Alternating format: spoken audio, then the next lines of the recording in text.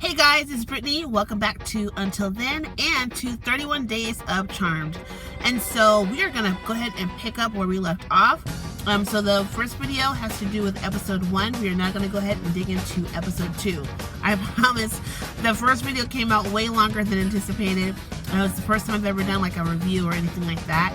So I'm going to try my best to keep things as short as possible, like 10 to 15 minutes tops. So without any further ado, let's go ahead and get into it. Okay, so for this one, it opens up into, it looks like we're at the lab where Macy works, and so it must be after hours or in the evening, because there's custodial staff or a lady that's cleaning up in the lab, that kind of thing, and all of a sudden this like black goo comes out and it attacks her. And so after it attacks her, it leaves, like it looks like it goes into her body and then it comes out. So it goes off, it escapes or like sneaks off into a vent somewhere. So then the episode from that point on picks up where it left off. So in the last episode, we end things where the girls are around the spirit board that they found, and they're thinking, well, maybe we'll go ahead and contact our mom and see if we can like have a conversation with her, just kind of talk with her and figure some things out. So as they're talking to the spirit board, or they're just asking like, Mom, are you there? The spirit board is saying, yes, I'm here, and to not trust Harry. So the girls are freaking out like, okay, like don't trust Harry.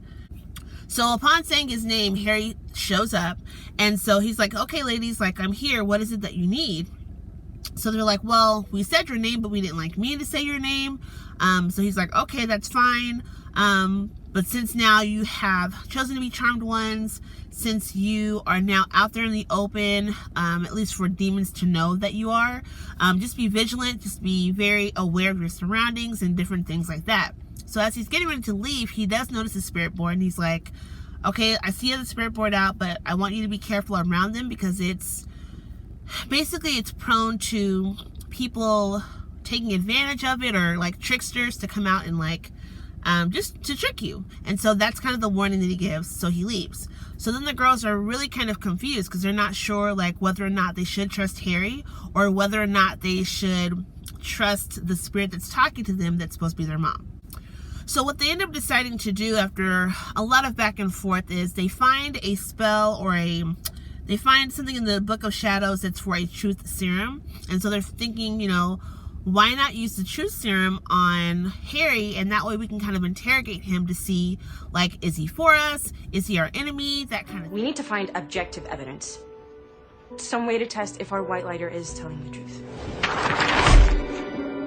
Truth serum. Whoa. It's like a magical serum.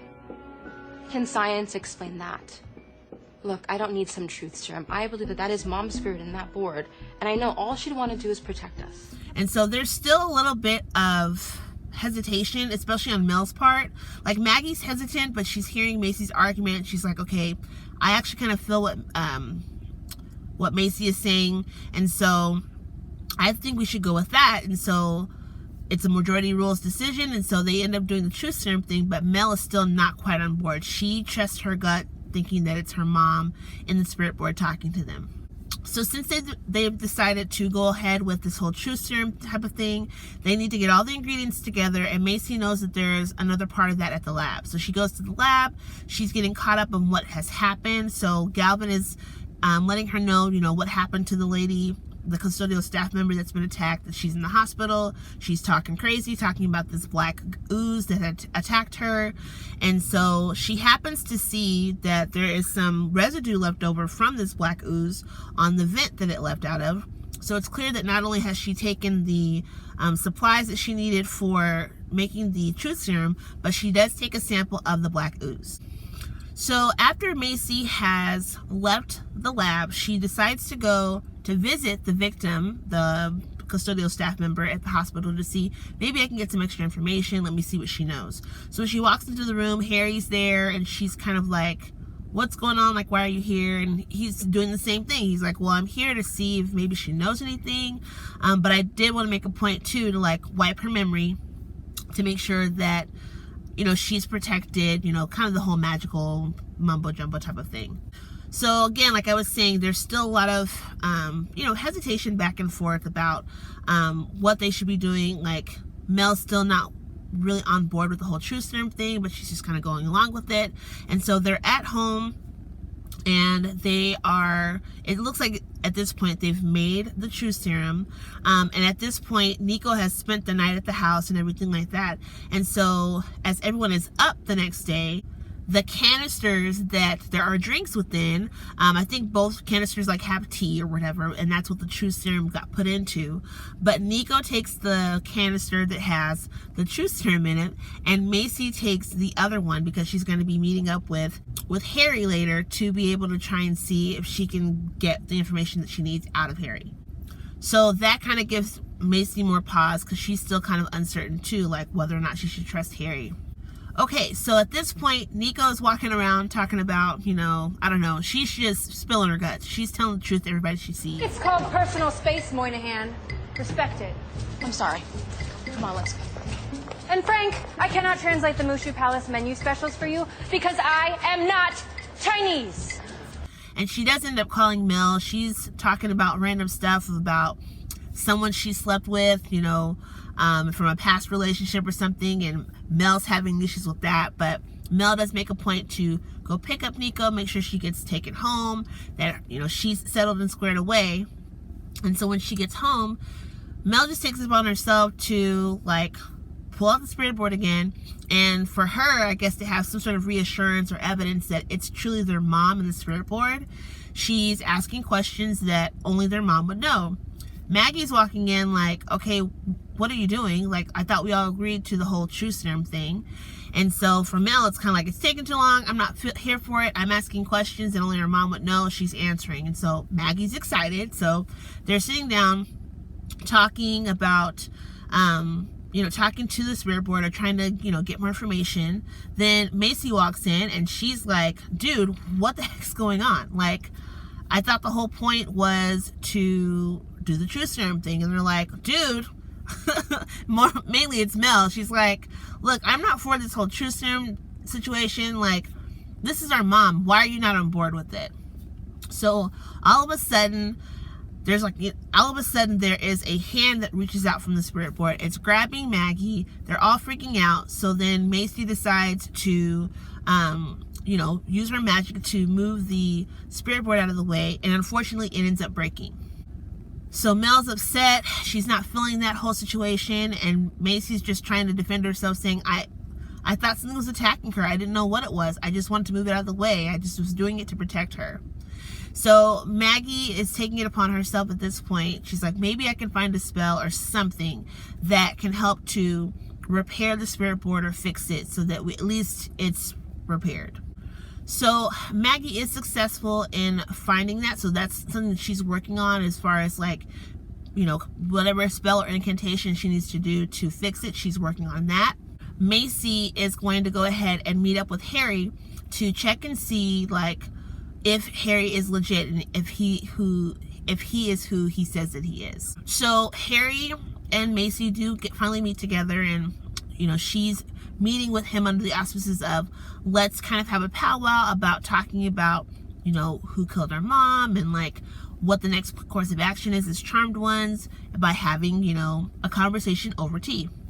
So she's giving him the tea, and the truth serum, you only have a certain amount of time for it to kick in, and you only have a certain amount of time for it to work. And so she's trying to really buy her time and see if it will work, and Harry's catching on to the fact that she's stalling, she's acting strange. He's like, what is going on? I don't understand why you're acting strange. You're asking me the same questions over and over again that have nothing to do with what we should be talking about. And so he's kind of catching on that something's off. Meanwhile, at the house, Maggie has let Mel know that I have fixed the spirit board. It works, and I've been talking to Mom, who is a parent spirit in the board, and she's saying that there's a way to release her from the board. So Mel's on board with this, and so they decide to go ahead and do this whole incantation of releasing the spirit from the board, and